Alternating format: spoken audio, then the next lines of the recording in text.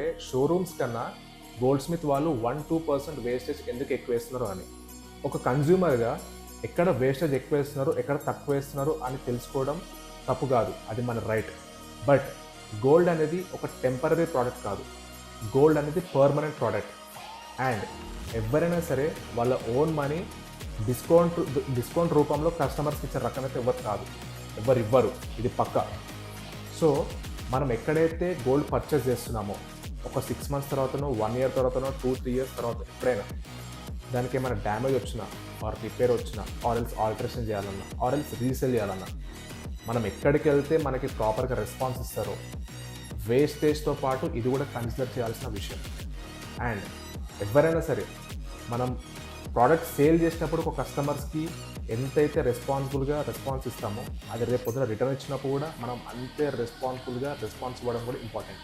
Thank you.